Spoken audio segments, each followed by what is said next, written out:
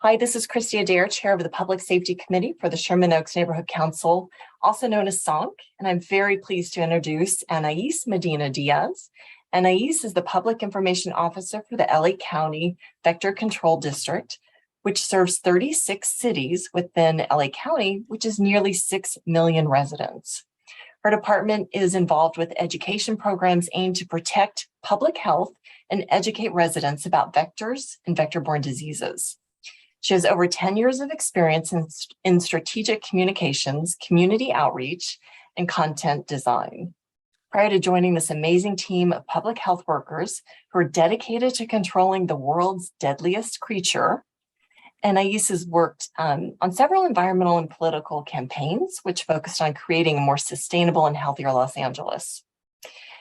From USC, she holds a master's in strategic public relations and a certificate in public policy advocacy. And from the University of Laverne, she received her bachelor's in communication. And in her free time, she loves to spend quality time with her family. She likes to travel, and she explores the national parks and the mountains of San Gabriel. So Anais, thank you. Welcome back to the Public Safety Committee at SONC, and thank you for being here over the years. And I want to know more about the world's deadliest creatures. Of course. Thank you so much again for having me. It's a pleasure to be back to present to your community group and neighborhood council. Some of this might be a little repetitive, but hopefully there's some new attendees that might benefit from this information. And then I'll try to cover more information of this year's West Nile virus. So like I mentioned, I'm here to speak to you about mosquitoes and the deadliest creature on earth. My name is Anais Medina Diaz. I'm the Public Information Officer for the Greater LA County Vector Control District.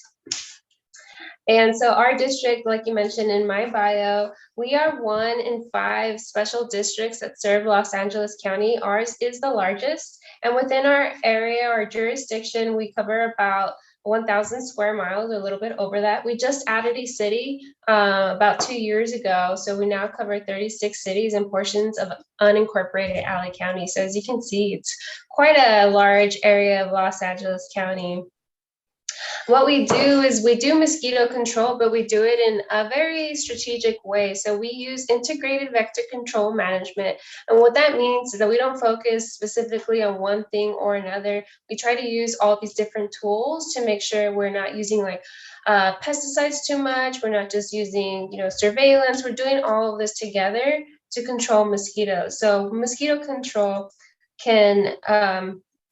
Mosquito control is not just treating water sources, it's also physical control. So that means we're either clearing debris from our river channels, or we're taking away sources from homes. Our disease surveillance, what we do is we monitor mosquito activity, and we also monitor disease activity. And that's how we're able to determine what areas are at highest risk. And of course, we have our public education and outreach, because we can't possibly reach every single resident. We try to inform them with the best possible tools and with the best possible information.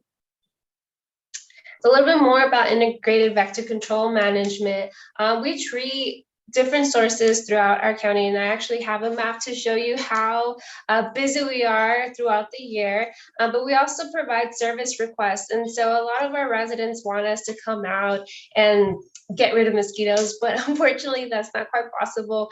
But we do provide a service request. And what this means is that we can go out to someone's home and try to identify locations where mosquitoes may be breeding. We also treat our gutters and our river channels with, they're called, it's a larvicide, so specifically focuses on the immature mosquitoes, and we're using natural bacteria in that larvicide. So it's a bacteria that occurs in the soil that is specific to mosquitoes. Additionally, we do our mosquito trapping. We treat pools and ponds. Our underground storm drain program is actually one of a kind. Not a lot of other vector control districts in Los Angeles County have this specific program. So we treat underground storm drains because this is a very common source for our Culex mosquito, which is our main mosquito. And of course, we do public waterways, rivers, drain, and utility vaults. Now, again, why mosquitoes? Well, as you mentioned, it is the deadliest animal, deadlier than sharks and bears and lions, all of those. It's the dead, even humans. About 1 million humans die every year because of the diseases mosquitoes can transmit. Diseases like West Nile virus, Zika, dengue, and they have a potential to cause outbreaks as well, which is why we're so adamant about controlling mosquitoes in our areas. Now, here's this map that I just mentioned about all of the activities that we do every year. These are all the sources. So this doesn't reflect how often we treat these sources. These are the sources that we have identified within our county jurisdiction. And we usually treat these sources every 3 weeks because that's how long our treatments can control mosquitoes for. Now, if you hear of like area treatments in the news, we haven't done one in a few years, but if you do hear of that, that's separate from this. These are all of the sources that I just recently mentioned. So like those utility vaults, those public spaces. What are we looking for? Well, like I mentioned, we like to focus on the immature mosquito. And why is this? Because this is the easiest way to control mosquitoes when they are this little. As you see them flipping around, those are mosquito larvae. And the little bigger ones, those full looking tumblers, those are pupae. And so this is what we're looking for where we're looking at sources. And why is that? Because, sorry, if you hear my son, the mosquito lives more than half of its life in water.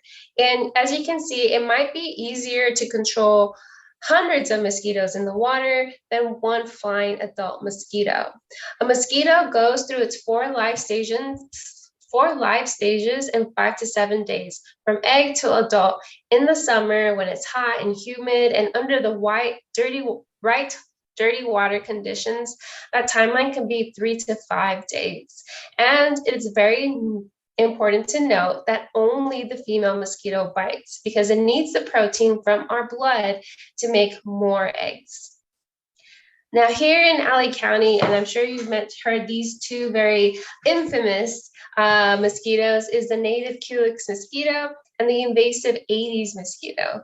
So the Culex mosquito is what we've been dealing with, what our resources have been focused on, because it can transmit West Nile virus, and we'll go into that in a second. And then the invasive Aedes mosquito has been around for the past decade, but it spreads and spreads and spreads, and it probably causes the most discomfort to our residents. However, both of them are no bigger than probably the pinky nail of your finger. So they're very, very small. If you're seeing anything bigger than that, it is not a mosquito.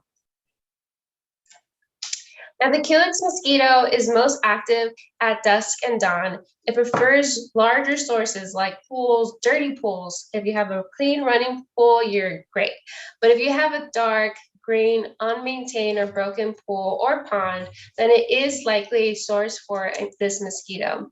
It also prefers to stay outdoors, and it prefers to bite mammals and birds. It can transmit West Nile virus, St. Louis encephalitis, and Western equine encephalitis. Now, what we like to focus on West Nile virus because this is something that we see every year in Los Angeles County. It is endemic. It happens every year. There are human cases every year, although the human cases are handled by the LA Department of Public Health. West Nile virus is a bird virus. So the only reason why mosquitoes can transmit it is because when they bite a bird, which is a preferential host, then they're going to contract that disease and then they spread it around. Now, I often get the question, when is mosquito season? Mosquito season can technically be all year, but during the summer, when the temperatures are high, this is when this virus is most active, when it can continue to replicate itself within the mosquito because of the warm temperatures.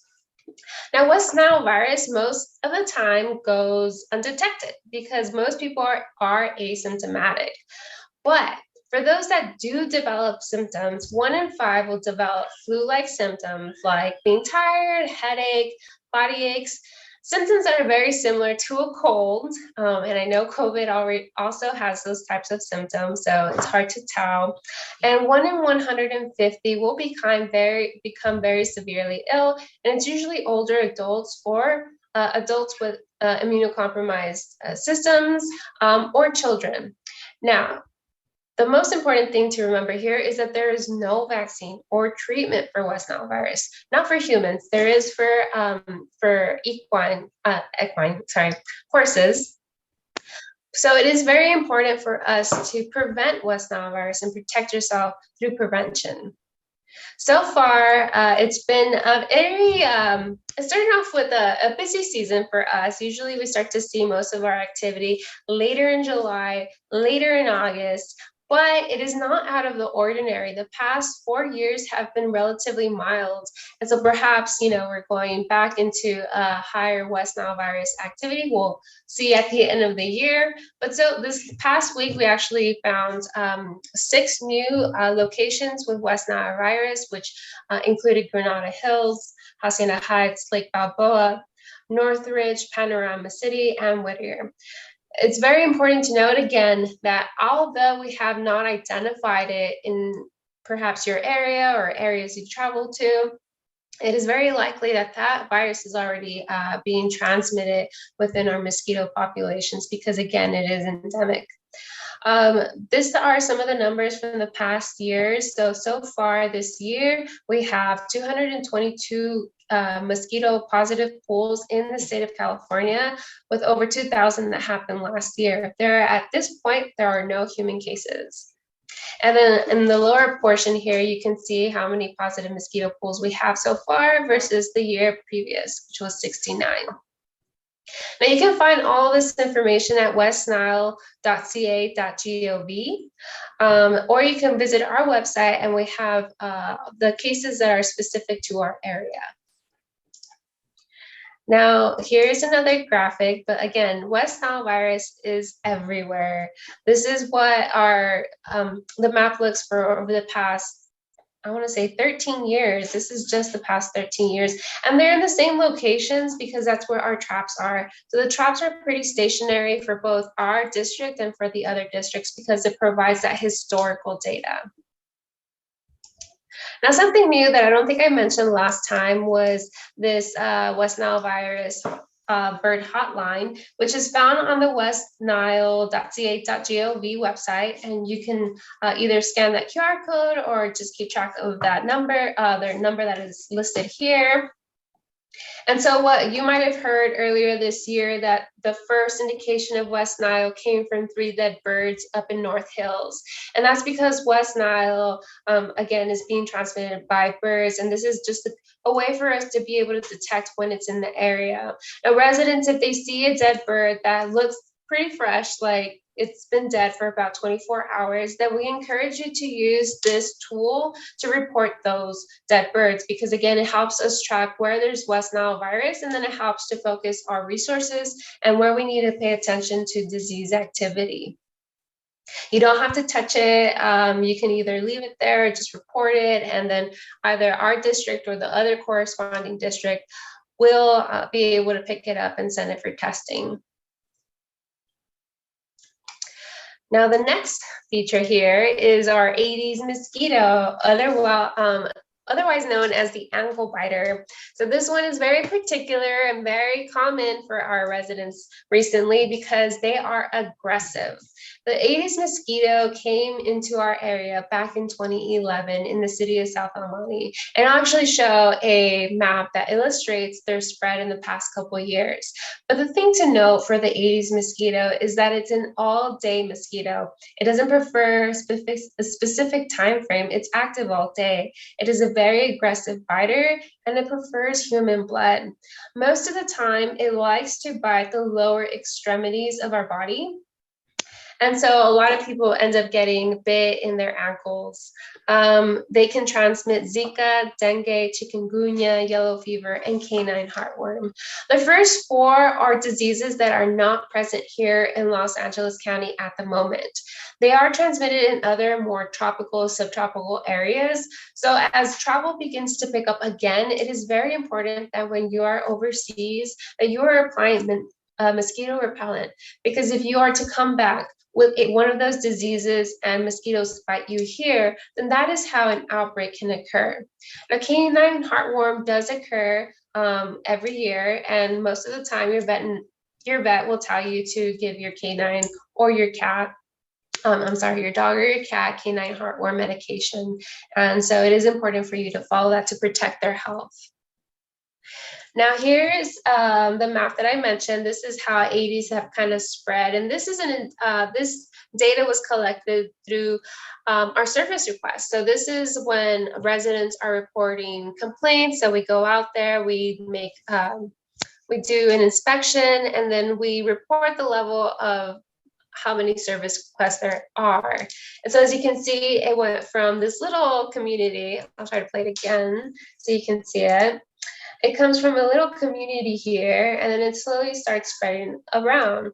And it happens because the Aedes mosquito eggs are viable for years. They don't have, if they can live without water. So if they are attached to a container that you take from one place to another, and then it receives water in that location, then that's how they begin to activate again. Now, specifically in the area of Sherman Oaks, these are some of the common sources, or the sources that we specifically know and treat all the time. So as you can see here, we have catch basins, channels, creeks. I noticed that one of the biggest ones are the gutters. So if you see our Jeeps out there, they're usually spraying the gutters. That's one of our treatments. And again, what that contains is it's a larvicide that contains a natural bacteria that only affects the mosquito larvae. So if birds or dogs get into that water, it will not affect them. Another high thing that I noticed was the drains. So again, we have part of our underground storm drain that helps focus on those items.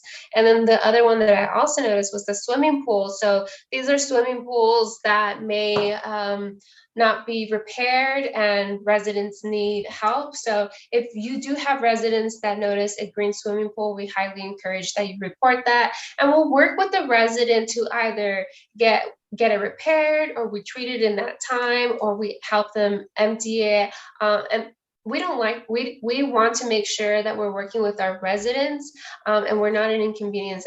At the end of the day, we want to protect our public health of the residents. So again, mosquito control is a shared responsibility.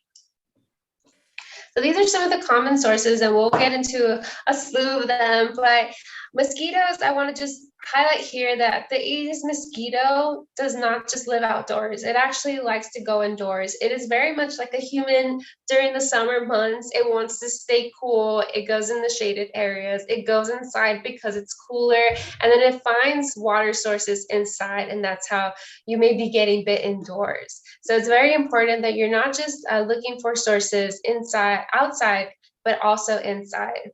And we have this checklist, which I believe that I shared with Chrissy as well, where we have recommendations and just a checklist of sources that we find in homes all the time, and then the recommendations on what to do with them. That might be to put them away, or it may be to seal them, fill them up with something, or drill holes through them. So it's a great tool that we've developed. Some of the larger sources that I had already mentioned, the green swimming pools, rain barrels. I know the city of LA gave out a bunch of rain barrels, and they usually do, which is great because we want to collect and conserve that water. But we want to make sure that those rain barrels are sealed tightly or screened at any opening, because mosquitoes will go in there and they will leave their eggs. And if you have sources that cannot be dumped regularly, then we encourage you to buy mosquito bits, which has BTI, which is that natural bacteria. And you can place them in there, and that helps keep the mosquitoes from not developing. What it does, it stunts the mosquito larvae from reaching its full life cycle. We also have DIY videos, so you can check this out on our website. But if you have yard drains, I actually found this at my parents' home. They had a yard drain, there was water that was stagnant in there, and the mosquitoes were getting through the yard drain. So I sealed it up for them because I'm a great daughter. But there's also other sources that you may find, like your dish saucers or bromeliads, which look beautiful, but they hold water in their actual and their leaf axils. So it's great to either just directly water the soil, or you just flip it over a little bit so the water can drain. And who doesn't like to just curate your own plant babies? But unfortunately, leaving them in water for long periods of time also creates sources. So if you can't plant it, then make sure you're changing out that water every 3 to 5 days. And some indoor sources, again, windows and door screens. You want to make sure we cover these patches. You can find them at your local hardware store, or you can buy a whole roll of tape and make little kits for your residents as well. And you know, the toilet brush, you may have not thought of it, but it does hold water, and if it's not actively being dumped or flushed out, then that can also become a source for a mosquito. So to refresh, or review, tip out the standing water, toss down any unneeded containers, flip it over, store it away, cover them or drill them, and then of course talk to your neighbors. I know that you all are very active at protecting your communities, and I'm sure you are being active at keeping mosquitoes away. But unfortunately, unless we get our neighbors to do their part as well, then we won't find relief together. As you may know, a small source of water can breed hundreds of mosquitoes, but if that source is only feet away from you, then you're also going to get bit. And so it really comes down to sharing these sources with your neighbors and your community. So I'm glad this video is being recorded so we can share at a later time. So lastly, to prevent mosquito bites, and unfortunately it comes down to this, is to either protect your skin with repellent, or you can wear long sleeve pants and shirts. You want to stick to lighter clothing because mosquitoes are attracted to darker clothing. Unfortunately, the Aedes mosquito does bite through clothes, so even through jeans, and that's where I recommend to wear the insect repellent. If you are outdoors, you can also apply either a ceiling fan or put a fan down below your feet, and that will help with the mosquito bites as well. Aedes mosquitoes are terrible flyers. So if you keep a fan close to you, then you are doing the best you can to keep those away. And in the insect repellent, there are 4 ingredients that are recommended by the CDC and approved by the EPA, and that includes DEET, picaridin, IR3535, and oil of lemon eucalyptus. Now, these ingredients, if you will find them at the bottom of an insect repellent with their percentage. We usually recommend 20% or higher. It's the most effective for the Aedes mosquito. If you want something more natural, then we have the oil lemon eucalyptus ingredient, but it is not advisable for children over 3 years. Then the other 3 ingredients are okay for children 6 months and older. And mosquito repellent mints, which is actually my favorite. The citronella candles are really only effective for the area directly above them. And what's funny is that these Aedes mosquito actually like to be at the lower extremities, so they're not as effective towards those types of mosquitoes. Bug zappers, unfortunately, attract more beneficial bugs than mosquitoes, so they're more detrimental to our bees and flies and other actual mosquito eaters. So they're not the best to deter mosquitoes. Same thing with citronella and lavender plants. If you were to crush these plants and produce your own oil, then they can be effective, but the plants themselves may not be. Oh, before I play this year we've officially launched our summer campaign for 2022, and we would love if you could share this either on our website or on our social media handles. And I just wanted to share this with you. This is our PSA video for this year, and we're encouraging our residents to go visit our Mosquito Watch website where they can download all these resources, or they can ask for more, like door hangers or presentations for their smaller community groups or their workplaces, anything like that. So I hope you enjoy this PSA, and we have them available in 15 seconds as well. Is this you during mosquito season?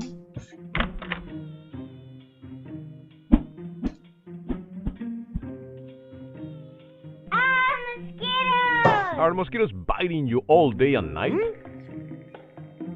Mosquito Watch is here to help end the bites.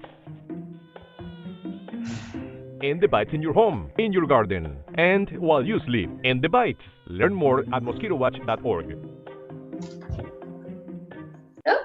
So a little bit more about Mosquito Watch. Again, it's just a way for us to encourage residents to not just take steps on their own home, but also engage their neighborhood, engage their neighbors and their community, and really advocate for mosquito prevention in their home, not just to relieve some of that biting pressure, but also to prevent mosquito transmitted diseases like West Nile virus. So some of the highlights, water is absolutely necessary for mosquitoes, and despite the drought, there is still a lot of mosquito breeding because of our irrigation practices in the indoor mosquito sources, and with less sources of water, then mosquitoes and birds are now finding less sources where they can be together. So this really increases the chances of West Nile virus transmission.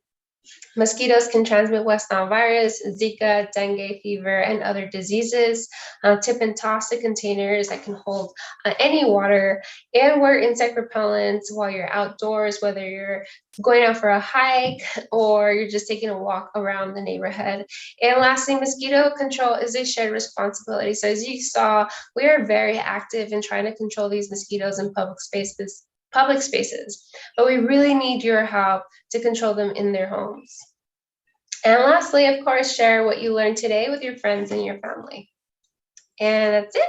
Again, my name is Anais Medina. This is my information. Christy has it as well. And I believe I provided some other tools and resources so that if you do have any questions or you want to host or a presentation or anything like that, then you can reach out to either a community liaison or myself. And I'm available for questions if there are any.